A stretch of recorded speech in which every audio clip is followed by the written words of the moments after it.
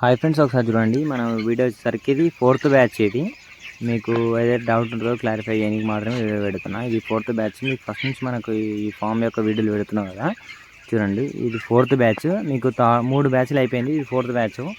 మీకు completely present 2023లో poultry farm బెస్టా కాదా అని మీకు చేయడానికి మాత్రమే ఈ వీడియో పెడుతున్నా.